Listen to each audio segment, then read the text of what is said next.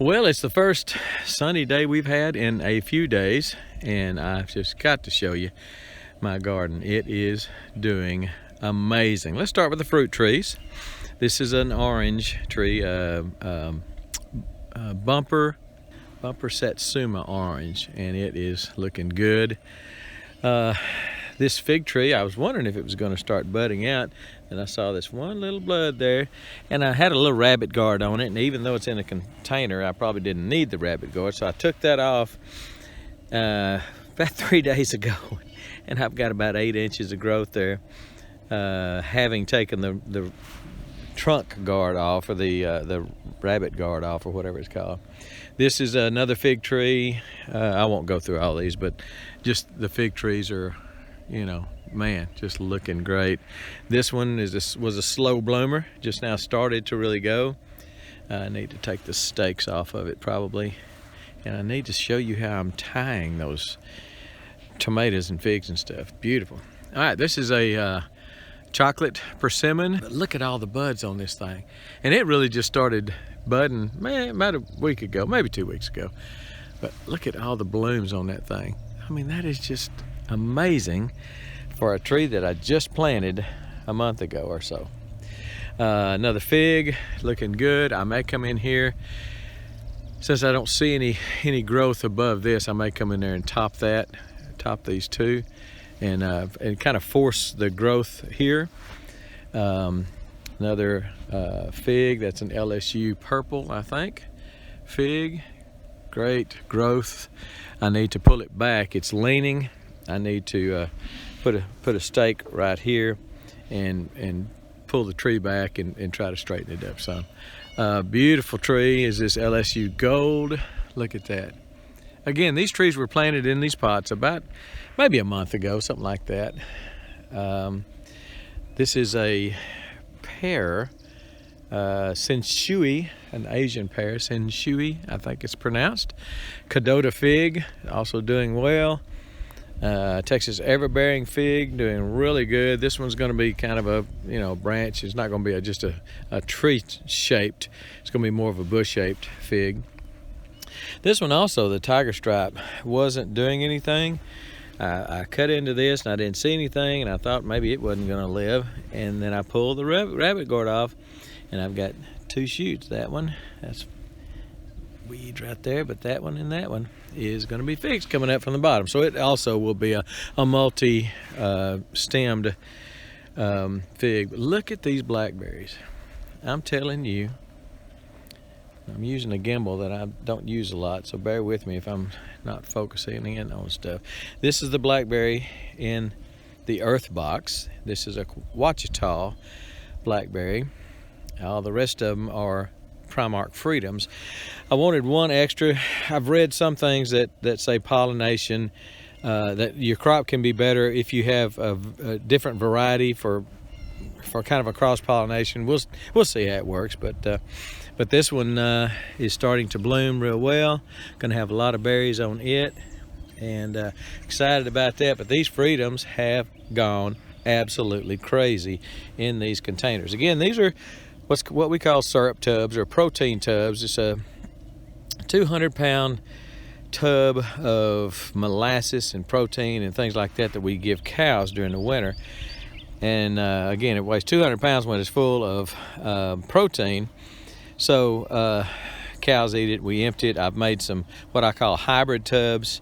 These are not the hybrid, these are like Mr. Leon makes.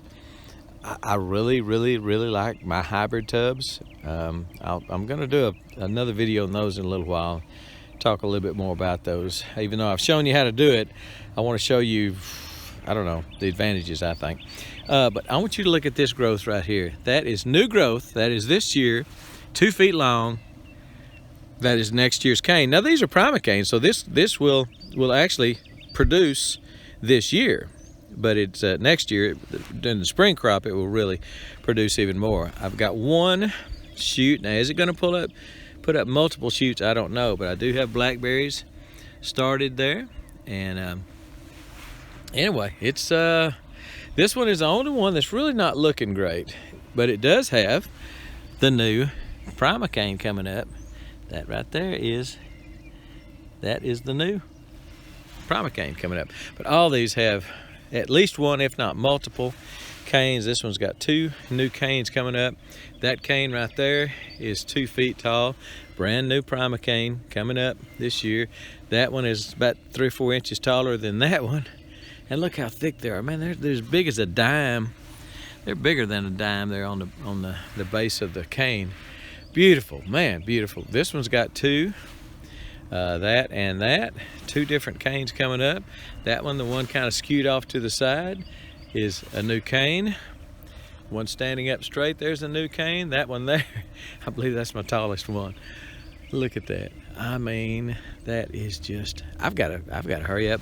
I don't know, these canes look so erect. I may not have to put up a trellis. I don't know. I've already brought the T-post up here to do it, but I'm just watching them to see if I'm going to prune them at about 4 feet tall anyway, which would be about, you know, right here. I just don't know if they really need a trellis. I don't know. I'm watching it closely. I hope I don't have any fall and break off with me for my neglect, or while I'm trying to test them. Experimenting a little bit with these cans. That's the little bitty 7.5 ounce drink juice cans and stuff. That will cover up the spigots. I don't have enough for everything. But anyway, blackberries look wonderful. So the fruit trees are over there. The fruit trees look good. And the ones I have in the ground, I've got 2 new trees over there that are both persimmon. One of them's a giant fuyu, and then I've got just a regular fuyu, and then the older tree in the ground right there, that's a fuyu I've had for several years. Giant fuyu, and then one you can't see back there is a regular fuyu.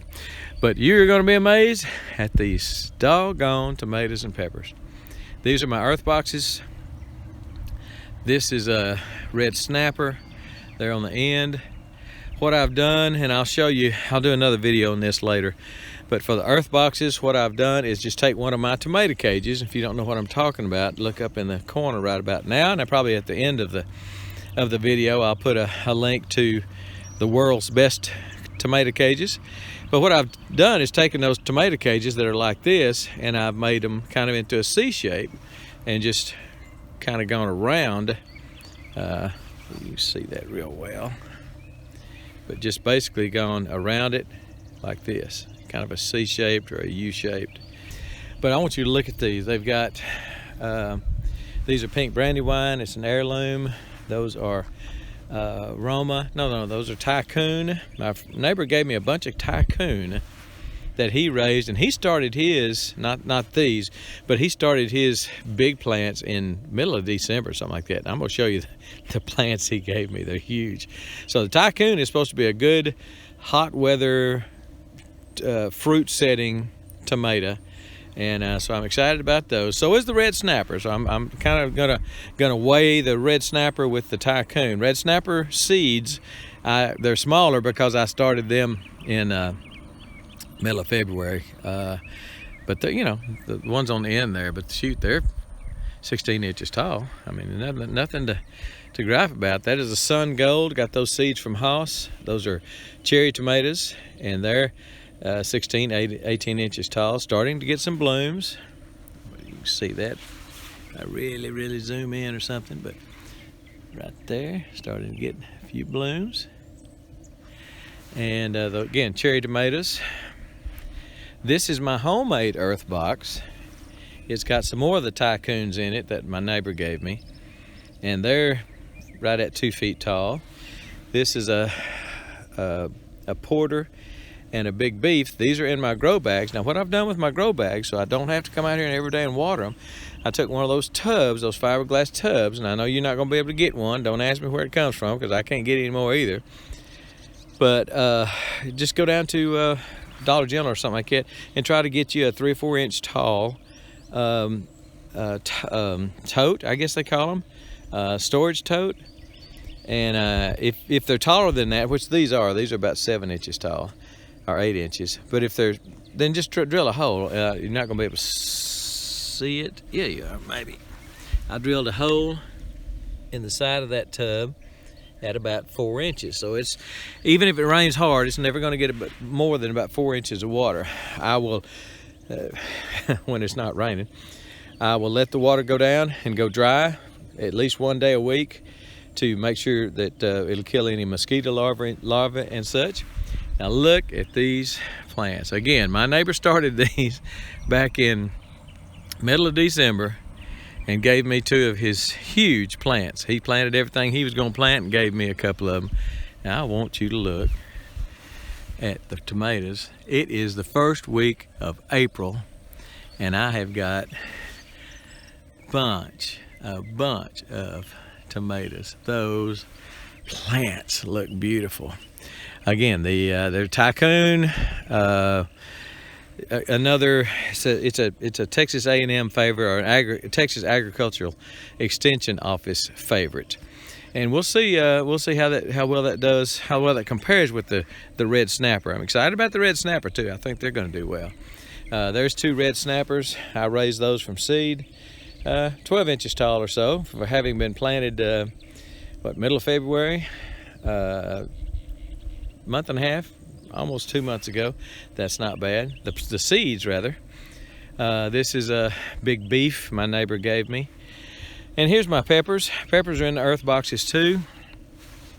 In this one I have 3 banana peppers and a peppercini. In this one I have Mamma Mia Gialia, I think. So they're doing real well. I went ahead and staked them because when I put them in the earth boxes, I had such a hard wind. It's 20 miles an hour or so, and they just all laid right straight down. So I came out here and staked them all up. Those stakes will come off pretty quick, not necessary. So this is part of my garden. Let me show you the rest of it real quickly, and we'll be done with the garden. So here's the majority of my grow bags. Again, peppers. First 4 are peppers, and then I've got a couple of red snapper tomatoes, and those are determinate tomatoes. They won't get too tall. I've got a tall cage on them, but they won't get too tall. They'll get probably 3, maybe 4 feet tall. Another set of red snapper tomatoes. Those are small because, again, I started them in February. I got a late start. My neighbor got a big start. And here's some squash. It's a gold prize squash. Got those seeds from Haas. These are zucchini seeds I got from squash. Some more gold prize yellow. The gold prize is yellow. And then the green dragon. These are Burpless cucumbers. Got a little problem with this one. I've only got 1 that germinated in it. 2 others were struggling to come up and then just kind of quit. And what it was, when I first put them out here, we had 85 degree days. So I planted everything out here, and then we got hit with some colder weather, and I think they're just not going to germinate, so I got to do something else there. You'll notice other growth in here. Those things are nasturtiums and marigolds. I have planted nasturtium and marigold intermingled with anything that's got to do with squash, zucchini, cucumbers. I've planted a little short row, a little bit of nasturtium and marigold there. It's supposed to keep the squash bugs and the squash vine borers away. So we'll see how that works. Over here, they're not coming up yet. Well, I've got my marigolds are coming up right in the middle there.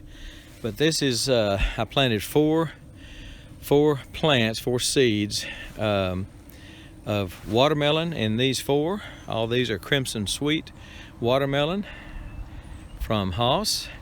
This is a cantaloupe.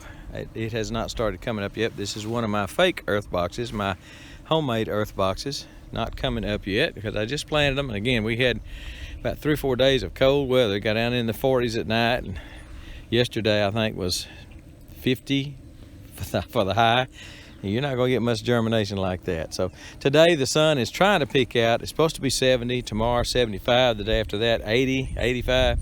So hopefully, even though the sun's not going to be shining much, hopefully we'll get enough sun and enough heat to get these germinated. Again, these are in the tubs. The only problem with grow bag gardening is you've got they take so much water. They just lose, because it's a fabric system. They'll lose a lot of that water. So to alleviate that, set them in some type of a container, tub, lid, something that will give you some water reservoir on the bottom. And as long as it's not too high, then you're not gonna, you shouldn't hurt the plant. And again, I've got these drilled out. I still got on this side over here. I've got these drilled out. I got a hole drilled in those at about 4 inches up. So, but that's my row. I'm gonna in right here, and I'll show you later. But right here, I'm probably gonna put a couple of grow arches of my cattle panel grow arches, what I call grow arches, and put yard-long green beans. We really like those. Gonna put some more cucumbers probably, because we just really love the cucumbers. Gonna put something else. What was it? I think I'm gonna do some trombone squash. It's been a few years since I did trombone squash. I'm gonna try that. Anyway, just wanted to show you, this was gonna be a quick look at it, but I'm just so pleased with the way everything looks. It's just hard to do a quick look at it. Obviously I need to mow a little bit, but it's just been so wet, and now next couple of days I have got to get out here and mow. I'll do another video showing you my mulberry tree and showing you some other things. And but anyway, that's what it is right now, and it looks really, really good. First week of April, and I've already got stuff. I've already got tomatoes that look like they're going to be ready to pick in a couple of weeks. So that is the earliest garden I've ever had. Part of that thanks to my neighbor, because he gave me those big plants. But the rest of these look good. The stuff I planted from seed from Hoss really looks nice, and I'm very pleased with it. So that's it. I think we're going to be done right now. And sorry I took you so long, but I'm pretty pleased with this. Pretty proud of it. All right, that's it. We gone.